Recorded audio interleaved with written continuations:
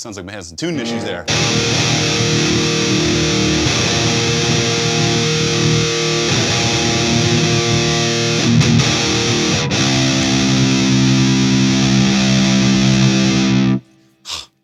Anyways, it's gonna be one of those days where sometimes you just have tuning issues all day. I mean, I haven't been playing all day, just got this thing set up, and old Betsy here is just kind of failing me. Maybe she's asking for new strings, the RA2. So I'll have to hook her up. Yeah, these are from December, can you believe that? Anyways, thanks for stopping by, checking out the video of my 2023 rig setup. For Chimaera's upcoming shows, May 12th and 13th here in Cleveland, Ohio.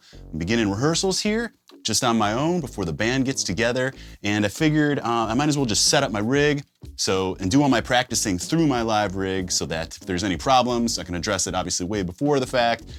Anything that I gotta do, anything that I wanna change up and all that. So as I'm going through the sets and playing all the songs and stuff, I'll make sure in a super controlled environment like this that all the levels are right in between my channel changes and all that kind of stuff, because I'm running a bunch of effects. I'll talk about all that going on. Because like when you're in a jam space jamming with guys and you're trying to like adjust, you know, your clean volume as opposed to your heavy volume in a pedal board and all this kind of stuff, it isn't always best. So I figured this is gonna be good. I can get methodical with it and I'm excited about that. I've never really done that before. So yeah, the rig is simple, what you saw me set up here. Same thing I've been going with for a long time. I've got it streamlined so that I can easily just throw it together no matter what. It's road ready in a lot of ways and I'm gonna describe all that. But let's just start with the basics here. The PV6505, classic, you know, been using it for years, that killer tone. Into an interesting cab here. I bet none of you guys have heard of Almighty before, but Selection 30s, this is a custom cab built by Bestronix Pro Audio, who does all of our cables for us. They used to be called GuitarCable.com. Maybe you've heard me talk about them, but they've been doing all our cables for years. Super great company and an amazing product. Make sure you check out Bestronix Pro Audio for your cabling and rig building needs. They do it all. They do Kemper racks. They do just anything you can think of. A lot of really cool stuff. So it's just a great sounding cab that's built into its own case. So that's cool. That's why I love this thing. It isn't a separate road case. It's like an all-in-one thing, and just sounds great. Pairs really well with the 6505, or really anything I've ever tried to put it through.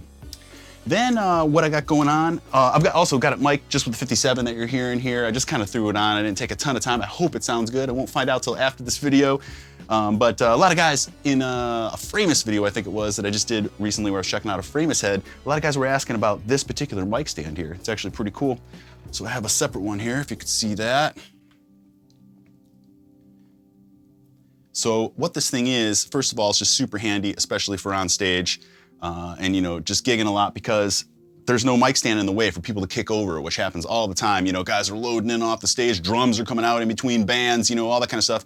Mics can get moved all the time. So this is a cool little solution here. It just slides like that, right under your head. And if you're smart, you tape it down at the top, you know, before you put your head on, which I've done, but you don't have to. And it's great because you put a little square with tape on your sweet spot of your speaker there, whichever one you like, and then you can slide it in every night, and it's the same mic position. Picture if I had a 57 on there, it's the same mic position, or whatever mic you want. Same mic position every single night, so it's not a lot of guesswork. You get it set up quick, and like I said, it just eliminates the stand there, which is totally awesome. So these things are cool. Chimaera got these years ago. I got a bunch of them. I don't know if you can still get them, but I'm sure you can. Unfortunately, I can't recommend where to get them if you want to, but if you look around hard enough, I bet you'll find them. So then, what I got going on over here in my rack, pretty simple. I go straight into my tuner if I'm using a cable, but live I'm always gonna be using a wireless, and right there I've been using this PV Procom, the PCX U1002 for many, many years, and it's served me well. I got 4 packs that go with that, so I'm maining a backup for my C tuning, I'm maining a backup for my B tuning, and I'll kind of switch straps if we go to an A tuning, something like that, which is super easy to do with the DiMarzio clip locks. You hear me talking about those a lot lately for good reason. But the wireless goes down for any reason, you can plug straight in and you're good to go. So if I was using the wireless, its output it's outputting to the input on the back of the tuner that is bypassed if you plug into the front. So it's a really cool solution. Uh-oh, my wireless went down. I just grab a cable from my drawer here, which I'll show you what I keep in there in a little bit, and can go straight into the tuner. Problem solved, only miss a few chords, hopefully. You know, so anyways, really going tuner. And that really goes just straight into the amp. This is a really simple setup. I'm using the 4-cable method here, which I didn't know it was called that until recently. I just thought it was some way that one of my techs wired it up for me years ago. Anyway, so it's the 4-cable method, which allows me to use the preamp and power amp of my head all the time. It's not being affected at all by the Digitech GSP 1101, which is my effects processor, and my pedal board here. But so when I'm just riffing,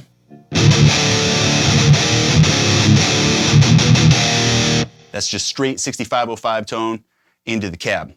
And if I add any effects, like a lead,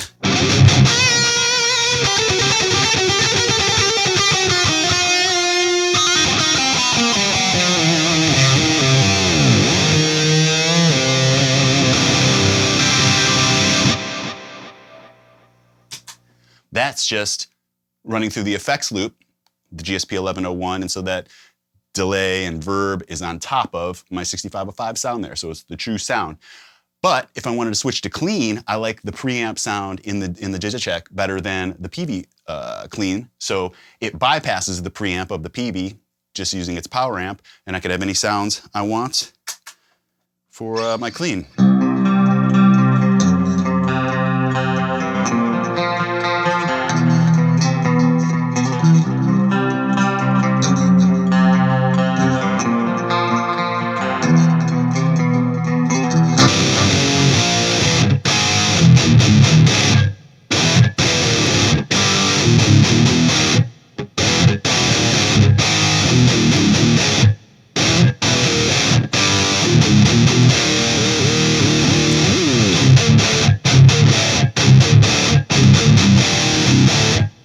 Got a little at the end there, but hey, everything is pretty silent and tight and everything, so that's a sacrifice I'm willing to make for that tiny little at the end that I know somebody's gonna mention.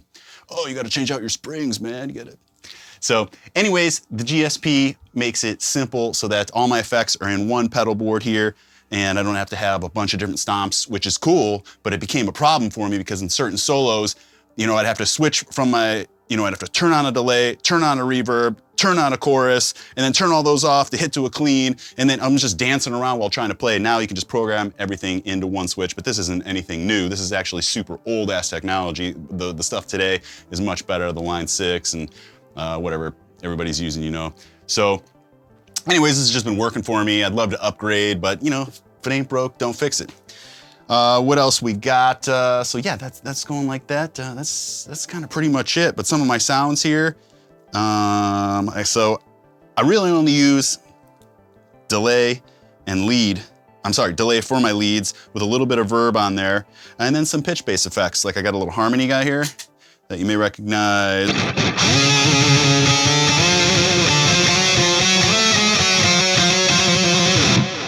Station solo. Octave here, which is just adding a higher octave to my sound. See if you recognize this one.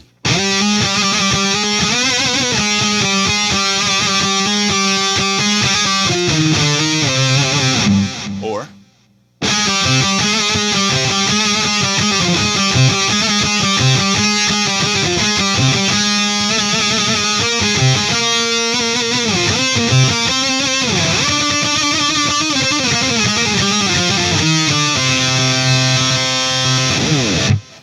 what else? You heard that clean. I got a crunch one here.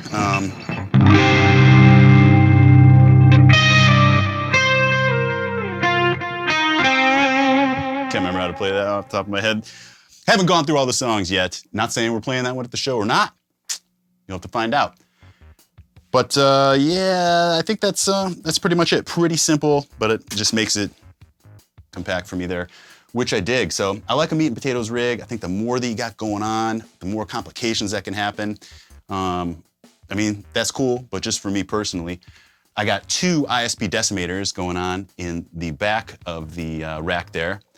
One in line and one in the effects loop. So trying to kill as much noise as possible. There's this little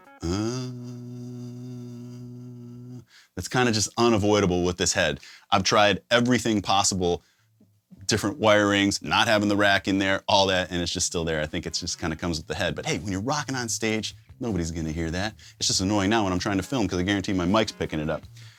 So I feel like that I've just breezed through this. As I was going through it in my mind, I thought I was gonna talk a lot more about certain things, but I don't know what else. Let's take a look in this drawer. Okay, so we'll get a closer look here. Oh, check this out. This little pick holder. Still got some Chimera Christmas 15 picks in there. You want that? Here. That'll be cool. We'll have new picks for the show, of course. I'll be showing off all that stuff as I get it, but this is a closer look. The Furman power supply, I didn't mention that, but it's always cool. So what do we got going on here? Extra gaff tape in case you need it. Earplugs, nothing really special. Extra cables. I think I got, oh yeah, check this out. This is just a hand-drawn diagram I've made of what is the 4-cable method there in case something gets unhooked or whatever. But what's cool is, I forgot to mention this earlier, is that coming out of this rack is only 3 cables.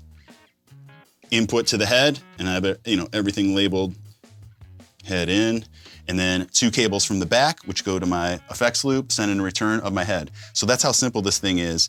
You just set it down each night, 3 cables come out and plug into the head, and you're good to go. So that's nice and streamlined.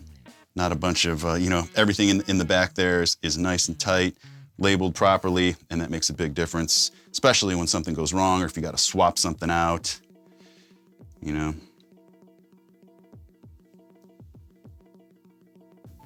Yeah, so that's that. Nothing really more to show you there. I'm glad that it just worked when I fired it up. That was the nicest thing.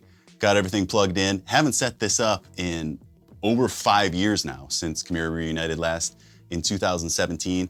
So that was really nice that I just fired it up and everything worked perfectly right off the bat. You gotta love it. And what was the last thing I was gonna say? Oh yeah, please make sure you're subscribed to the channel if you're not already. Give the video a thumbs up if you liked it. Please check out my Patreon campaign, which would be a huge help and really help support the channel. Also, my guitar instructional DVD, riffing, soloing, songwriting, and more. Find it in my store at robarnoldworld.com. Anyways, I guess that's it. I'm gonna be continuing to practice the songs here and getting nice and tight, going over all my solos and stuff. And I'm gonna show you guys that process through some future videos. Definitely be some footage of the rehearsals and just everything leading up to the show, which should be a good time. Stoked to see everybody that's coming and everybody that couldn't make it that wanted to. Thanks for your support anyways. Again, thanks for stopping by, checking out the video. I'm Rob Arnold, and I hope to see you again on the next one, guys.